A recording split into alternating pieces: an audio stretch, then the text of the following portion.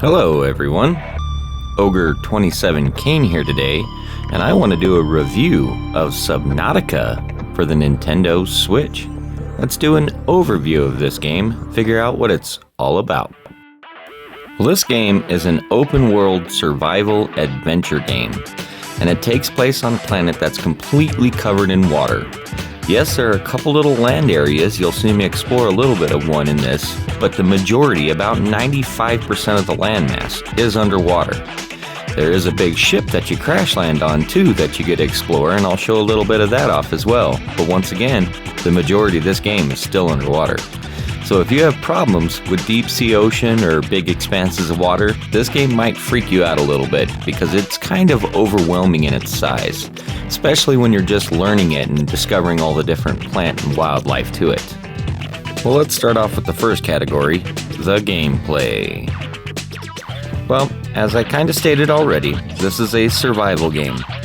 The game starts you off on a planet with literally nothing but a little escape pod and a couple of minor tools to build stuff with. When you figure out how to start building and collecting resources, the game begins to open up, and as you explore and find new areas, you find new resources to acquire as well.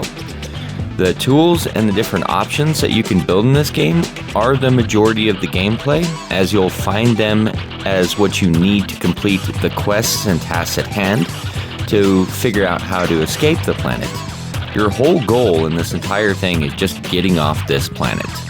Yes, you end up essentially building everything society could ever need, and you could just live here on the planet the rest of your life, but you do have a bit of a goal.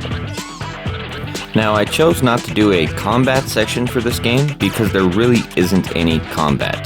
The little bit of combat you do get in this is done with your tiny little knife or two little rifles that you get, which don't actually do much damage. They kind of just knock enemies away. So, henceforth, I didn't really give combat its own category. Still fun, still useful, and as you can see with my prawn suit here, I use it to bash a lot of creatures and get them away, but none of it is essential and there are no bosses to this game. So let's do the next category now, the controls and the audio. Well, first up, let's start with the audio. And none of the tracks really stand out on this game, but the ambient feeling and sound make up for it. So let's check it out.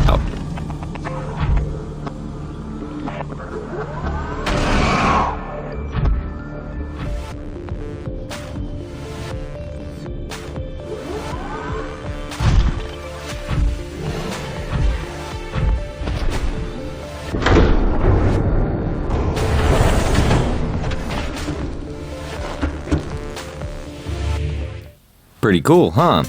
I especially like some of the scenes when you're down deep under the water and the ocean is just all you can hear and feel around you, and you know there are bigger things out there, you just can't see them. And this game has a great way of making you feel that way. So if you enjoy that tense moment, this game's kind of got it in droves. There is a tiny bit of spoken dialogue as well. You will come across radio signals that have a distress signal, and you'll have to hear them, go to the pod, and see if you can figure out what went on.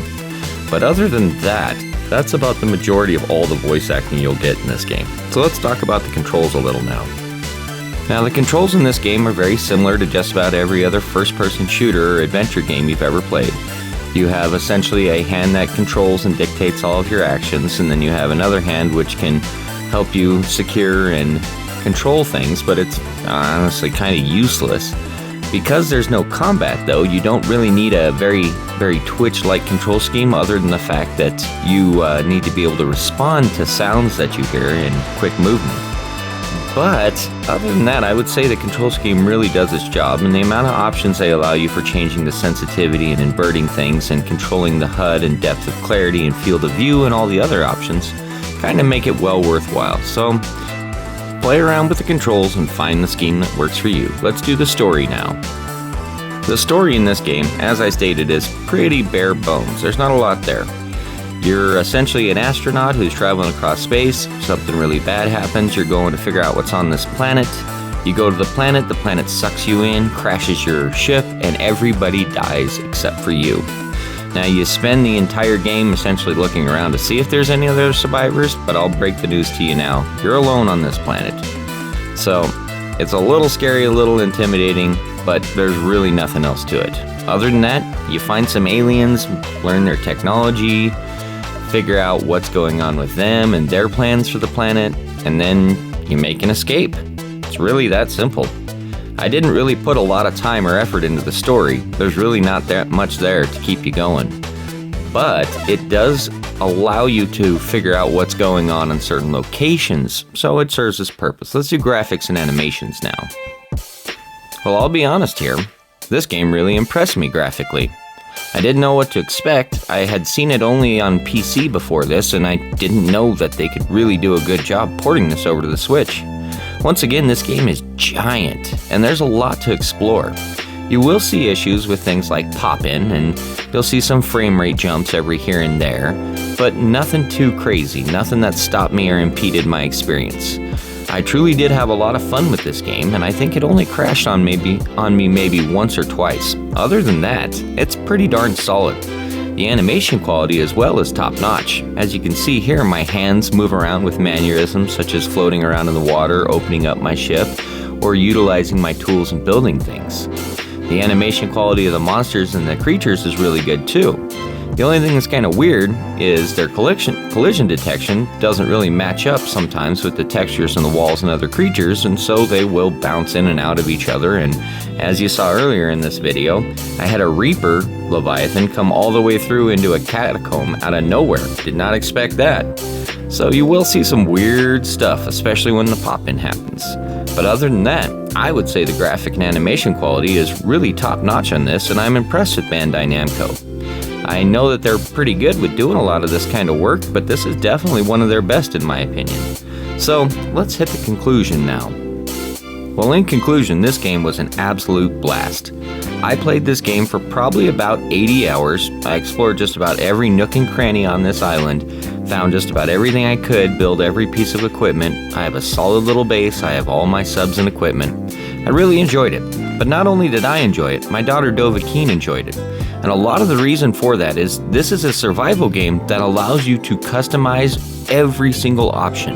Don't like hunger, don't like water, turn them off. Don't like damage, don't like anything else, turn them off, turn them on, turn them up, turn them down. This game gives you a lot of options. There's a free roam mode too, where you can just explore and not worry about anything at all. I really wish that more survival games would take a page from this, because frankly for me, I get annoyed with some of those little things. I don't like searching for food every 5 minutes. I like exploring. Give me these options, let me have this fun, and this will be a survival game I'll remember. The last thing I want to mention is that this cartridge comes complete with 1 and 2 on them, so buy it today. Well, thank you for watching today's video. It was a blast to make. I upload every single Monday. If you enjoyed this, please like and subscribe. And have a great rest of your day. This is Ogre27 Kane signing out.